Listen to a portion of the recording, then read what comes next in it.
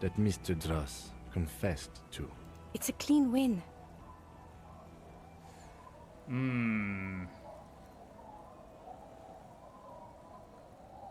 I did all I could. Every second was a struggle. I've never doubted you can pull yourself together and work. In bouts. Bouts don't last.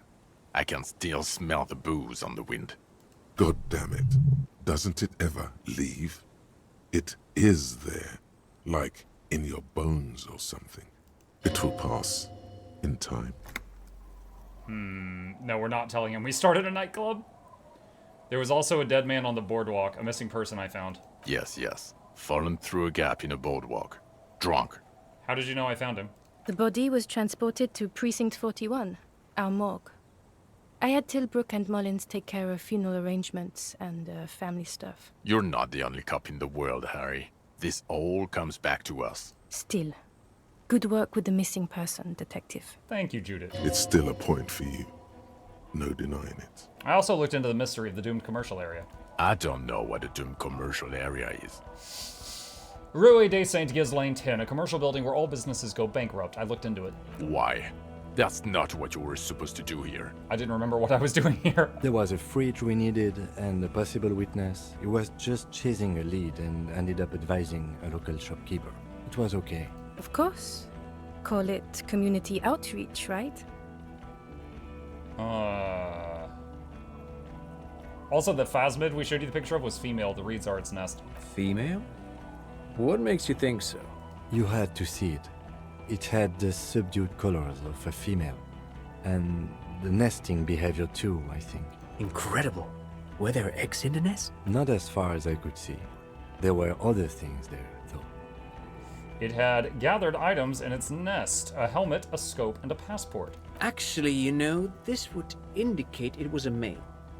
This is far from anything in my field, but I think such nests are called bowers.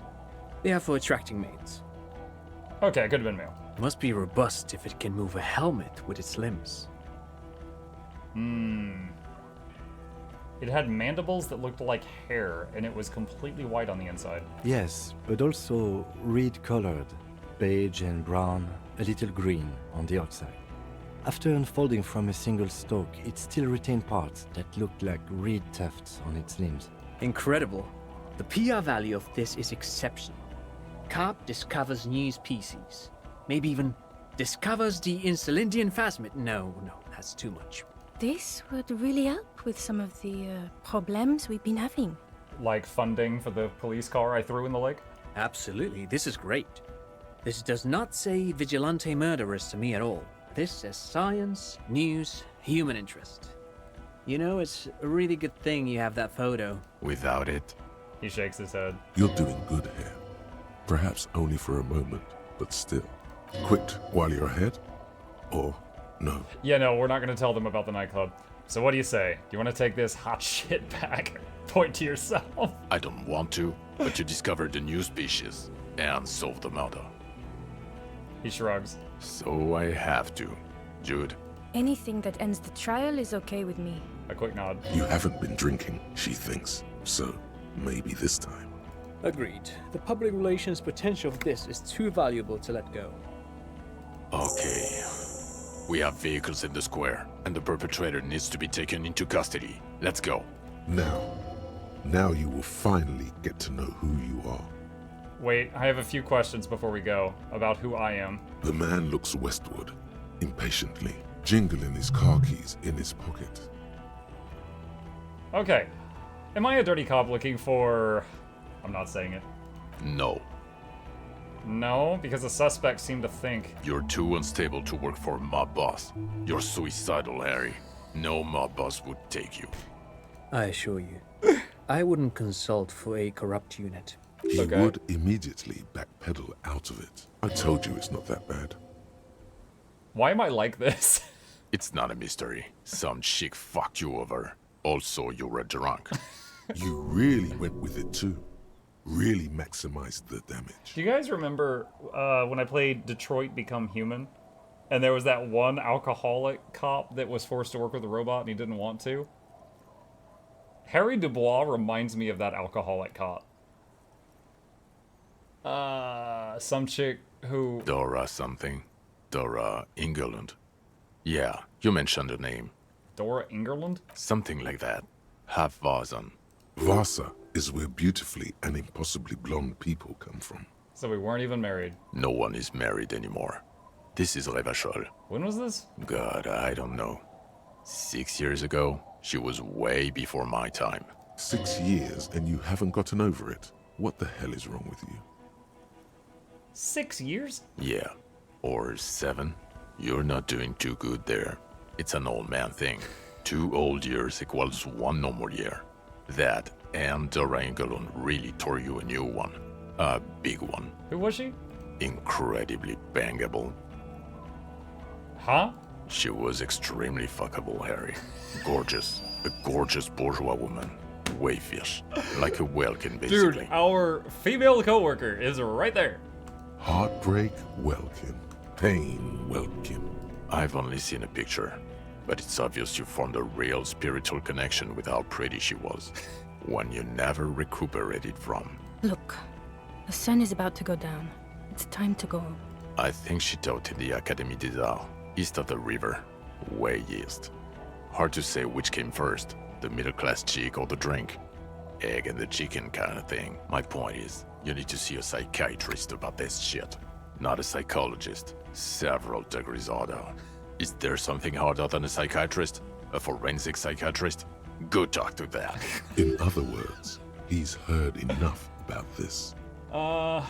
Precinct 41, what kind of station is it? Us? We're the bloody murder station, haven't you heard? We're the bad guys. No one likes us. That's not true. Jamrock is too big for one precinct. You are just understaffed, and everyone respects the 41st. You have Captain Price. Thank you, Lieutenant. You're being kind. It is an understaffed station and the district is too big, which is why we need to... He tilts his head northward. Get back to it. We left Torsen and McLean to run the Sea Wing. It's not good. Torsen and McLean? Mac the Torso Torsen and Chester McLean. They're not fit to run a wing. Believe me. Things are shaky as it is. And the Sea Wing is? God. There are 4 wings, Harry. A, B, C, and D. We're in C. It's made of losers and clock punchers. You and I reconceptualized it as a task force. It was a mistake. There's also a lot of outside help involved, not only me. Other losers too. Other losers too. He's anything but a loser. Although he would like to be seen as one. It's cooler that way. And Price is... Ptolemy Price? He's the son of the old Price, one of the founders of the RCM. He's one of the most highly regarded men in the force. You're lucky. Somewhere under the curved roof of a former silk factory, shaped like a ladybird with 2 chimneys, Police Captain Ptolemy Price sits behind a heavy wooden desk. Resident medic Nix Gottlieb pours him coffee. It's silent in the captain's office. They speak of change, the city, the tension on the streets. They speak of the events of April and the blood on the streets in May. Point to the church. Did we recently shoot up a church by any chance? So he remembers that. Yes, there may have been a raid on some churches. It wasn't good press. I didn't expect him to say yes to that. Shooting up churches never is. I was out of town, to be clear. What happened? Why did we need to go there? Our enemies were hiding in a church, to the best of our information. That's it. I'm not talking about this anymore. Your security clearance is shit tier right now. You have to wait for it to go up. He means it. The RCM and its enemies will not be discussed on this coast. Your clearance will not go up while you're within earshot of the Union headquarters. So I work in the Bloody Murder Station. Okay, it's not the bloody murder station. It's an old converted silk mill with green desk lamps and a coffee corner. A lot of good people work there, hard, every day. Jamrock is the largest ghetto in Rivershore. Faubourg, technically, but it's divided into 11 districts. Jamrock only has us. The press will blow over. Jamrock is lucky to have you, and it's often considered to be the greatest of the districts. You're lucky to have it. Thank you again, Lieutenant. Lieutenant Kitsuragi, what will you do now? Well, first I will go back to my station and write the most detailed report anyone has ever seen. It will have to be good to cover all these. Then I will have a serious talk with my captain. He's going to ask to get transferred to our department. About Detective, we just stopped a small-scale war. Something is happening to Revachol. what? He pulls up his collar and looks around, the cold spring light reflected in the lenses of his glasses. I don't know what yet, but it's going to be a hard spring for the RCM. We need to get ready, infiltrate, investigate. Want to do that at Station 41?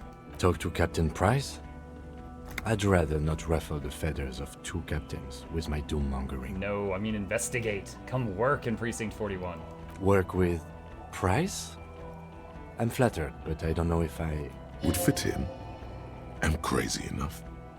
Can take the stress. He doesn't know how to finish the sentence. This truly came as a surprise to him. Not a bad one, but he's at a loss. Flattered? Your Lieutenant Kitsuragi. We would be flattered if you even considered. I would have to tie things up in GRIH first. But, I mean, whatever is coming, Jamrock will be more central to it than the harbor. The lieutenant turns very serious all of a sudden. And we also have a huge caseload, Lieutenant. Piles that we need to get back to. Mountains, even. I do like the sound of that. He likes working. He's really considering it. Who am I? Who are you? You're a gym teacher, Harry. What? Well, obviously you're not a gym teacher anymore, but Before? Before you were a cop, you were a gym teacher in Coron. It's getting really cold outside. Should we maybe... That explains a lot. Harry, it explains everything. The running around, the jumping, the bicep girth, your inexplicable facial hair. The collection of fallen sportswear I've amassed. Some of your more old-school wording choices. Your posture, even. The constant stretches. He's saying that the fact that I constantly sprint around all over the place is because I was a gym teacher. Also, this guy. Just everything about this guy. Okay. I knew it. I knew no normal human being can run like that. He's an honest-to-God gym teacher. The Phasmid. I need to tell Lena about this ASAP. who is Lena? A cryptozoologist. She lives in Jamrock. She told me about this Phasmid. Well, good luck finding her once we get back. She and her husband were conducting the search for the Phasmid. It's their discovery, in part. I'm sure we'll find them. They should know as soon as possible. It would do you good to deliver some positive news for a change. She is going to be over the moon. Watch out, or she'll faint. I'm ready. Good. She looks at you, and then Vikmar. Fuck it, let's go. Trump brought his motor carriage. It's a 20-minute drive to Jamrock. Under the afternoon sky, the great district hums. A chessboard of wooden houses, 80,000 living souls, and chimney stacks. Fire traps as far as the eye can see. From Main Street to Precinct 41, to Boogie Street, forking into the snow-swept horizon. You close your eyes and hear the dogs bark. A lone woman sits by a factory window, dreaming of meteorite strikes. On Rue de Saint-Jérôme, a square bullet slides into a square-shaped chamber.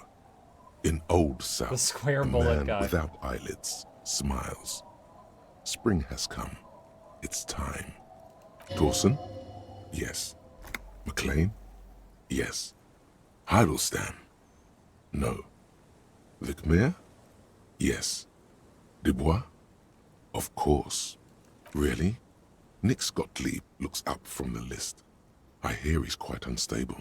You say that like it's a bad thing. Captain Ptolemy Price points his pen at the doctor. It's dim in his office, and the curtains are drawn. Harry's our man. He'll pull through, and when he does, he'll side with Revachol. Understood. Gottlieb returns to the list. Minnow? Of course. Wonderful. Then can we please just go back to Jamrock now?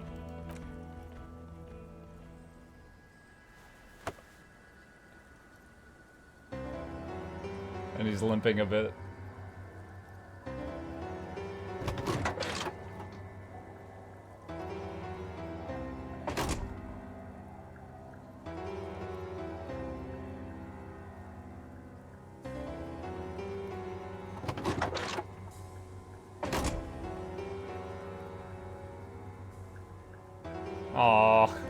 His partner who hates his guts is lending him an arm.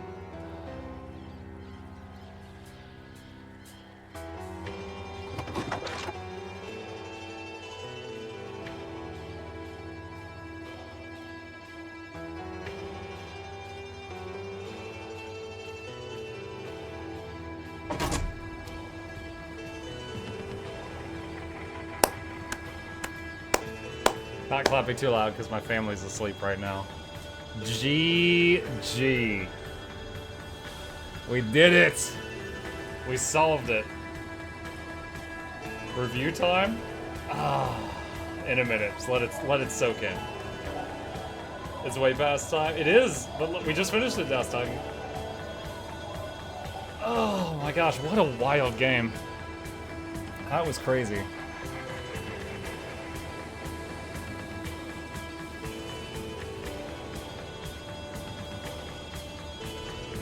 Gonna miss Kuno. Kuno. Oh, man.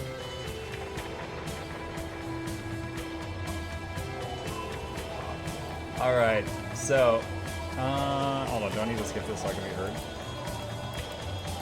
Oh, I don't think I can skip it. I think I would have to Alt F4. Can you guys hear me clearly over this? Well, actually, you know what? I know what I can do. Hang on a second. I can do that, so it's quieter for you guys. It's still gonna be really loud for me. Okay. Alright. Review time. Review time. Alright. So Disco Elysium. This was a game someone actually asked me to play on stream years ago, and I bought it on a Steam sale, and I never got around to playing it. And way later on, they added the voice acting to it. And I'm so glad I played it after that. Like, I don't mind reading stuff on stream. You know, I've played plenty of games where I do, like, the Pathfinder games. I have tons of reading on stream. I've heard that this game, there's, like, 1 million words. Like, over 1 million words are in this game. And if I had to read all of that out loud, oh my gosh, that would have been very taxing. Also, the voice acting was so good. It was so good in this game. Like, I don't think I've ever played a game where the voice acting was as high a point for the game as it was in this game. Like the really gruff narrator that was like, you know, the one that did most of the talking, he was phenomenal. That was fantastic. Yeah, everyone was great. Like, it was kind of boggling to think, like, I'd be in a conversation with someone and just listening to the voice acting and responding to it, and we'd just be looking at them standing there. No animation, anything like that. It was just voice acting and good storytelling, and we'd just be there for like 30 to 40 minutes, and it would just be fine. Like, not many games can get carried like that. The whole game is just story and voice acting. Yeah, so I'm glad I played it after they added the voice acting back in. Additionally, let's see, what else? Visuals, very simple visuals as far as the game, you know. Most of the storytelling was done with the writing. The audio was so good. Like, whenever what's his name? Whenever Kim would get his gun out and you'd hear the like clicking of the gun like right in your ear, like it was like, oh man. You know, or like when you'd pour fuel in the tank and you'd hear the glug, glug, glug, glug, glug. Like, there was sound effects for every action you clicked. It's like the sound was way better than the visuals. Like, the sound was really good. So yeah, story was great. Voice acting was great. Sound design was great. Visuals were fine, I would say. I would say that they were fine. As far as like how good was the game overall, it was a good game. I don't even know what to classify this as. Like, let's say I was on a team of people, and they were like, we're going to make a game where you crash land on a water planet, and you are trying to survive like a survival game like Valheim. I could see myself being a part of a team that could come up with Subnautica. Many games I've played, I could see myself be like, oh yeah, okay, I see how they came up with that. I don't know how the hell they came up with this. Like, all of the crazy shit that happened in this game... Dude, I don't freaking know. Someone said earlier that the people who made this game were like recovering alcoholics or something like that. I don't know if they were just like messing with me, but I totally believe it. I totally buy it because their brain works in a different way than mine does. Like, this was like just some of the stuff that happened in this game was just completely off the rails.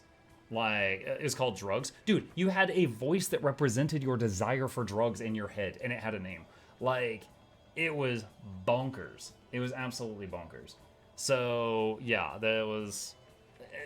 very, very... This kind of reminds me of... I don't know if any of you guys have seen the movie called The Butterfly Effect.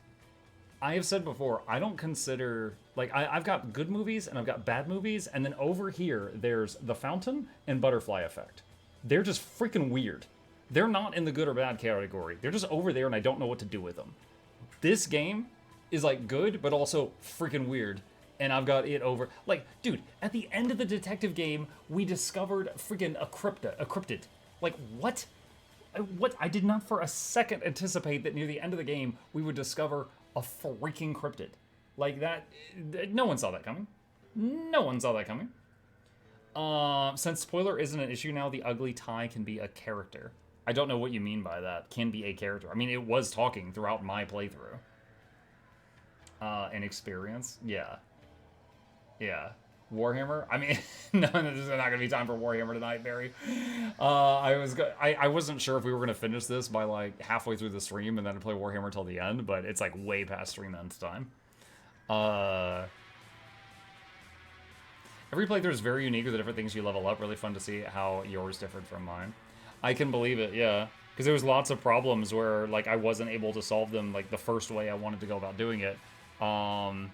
Or like I would change clothes to change my stats and come back to a problem and, you know, get through a skill check I couldn't before. How did you find the politics in this game? Dude, I didn't understand most of it. I'm going to tell you guys straight up something about me. When someone says that they're like left or right, I don't know entirely what that means. Okay? Like, if they're Republicans or Democrats or left or right or communists or Marxists or socialists or whatever, like, I'm just like, those are a bunch of fancy words. I don't follow politics. Like, I am so blind to it because I don't care. Like, you talk to me about an issue. You talk to me like, oh, I care about healthcare. I care about education. But when you just go, oh, I'm left, I'm just like, handed? Like that's I don't know what you're talking about. So most of the stuff, like when it would start talking about like, oh, do you want to be a Marxist? I was like, I don't know what that means. When it's like, oh, do you want to be a communist? And I was just like, the only thing I know about communists is on Mutiny Monday when you guys go Houronium and you steal all my money. So like that's my knowledge of that. Like I just like blah blah blah blah blah with political stuff. So like when Measurehead, whenever we would talk with Measurehead, I was just I didn't know what the hell he was talking about. No, this is the whole time. I did not know what he was talking about. Imagine if you played while taking all the drugs you found. Oh, I imagine that your partner at the end would be not too happy with you if you had actually been doing drugs and alcohol the entire week. How did you find in Electrochem playthrough, as I said? He was big racial supremacist, crazy character. Yeah, I didn't understand most of what he was saying. Also, I'm kind of sad that I never got to find out from the... who was it? The guy that led the union. It's like, Harry Dubois. You know, the big guy in the chair in the crate.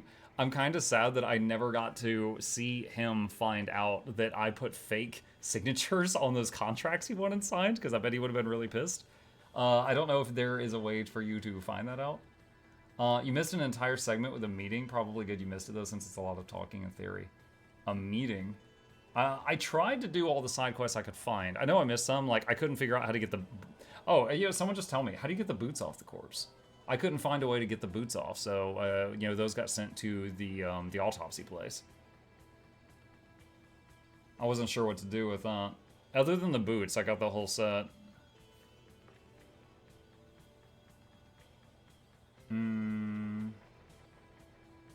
Pretend to go to bed so Kim leaves. Oh no, like, I thought you needed a tool or something. Okay. I thought you needed, like, some kind of special tool to get the boots off. I didn't realize it was just you didn't want Kim to watch you. Kim just can't be there? Okay, got it. Simple enough, then. Yeah, that was the only one that I missed. I think it's impressive how real the character feels. Yeah. Failing the karaoke role was one of the most hilariously indescribable experiences I've ever seen. Oh, I should have let it play then, because I failed it, and then I immediately save scummed, and then I did it successfully, and then I let that play out. I didn't let the fail play out. I love the characters so much. Kuno was something.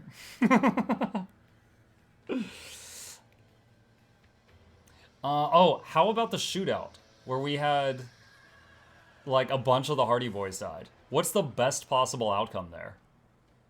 I'm curious now that I've done it all.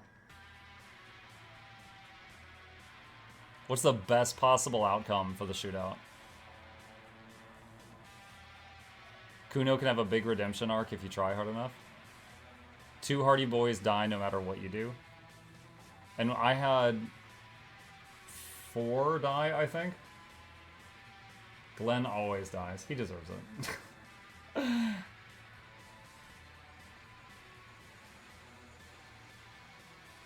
That's not gonna do. Opinion of Classy.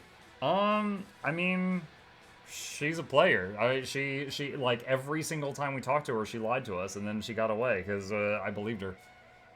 So, yeah. Also, kind of funny at the end, we didn't have anyone get on the boat and go back to the island. We all just got in our car and drove away. So we left the murderer just sitting on the island. We just left him there. Hopefully they send someone back later on.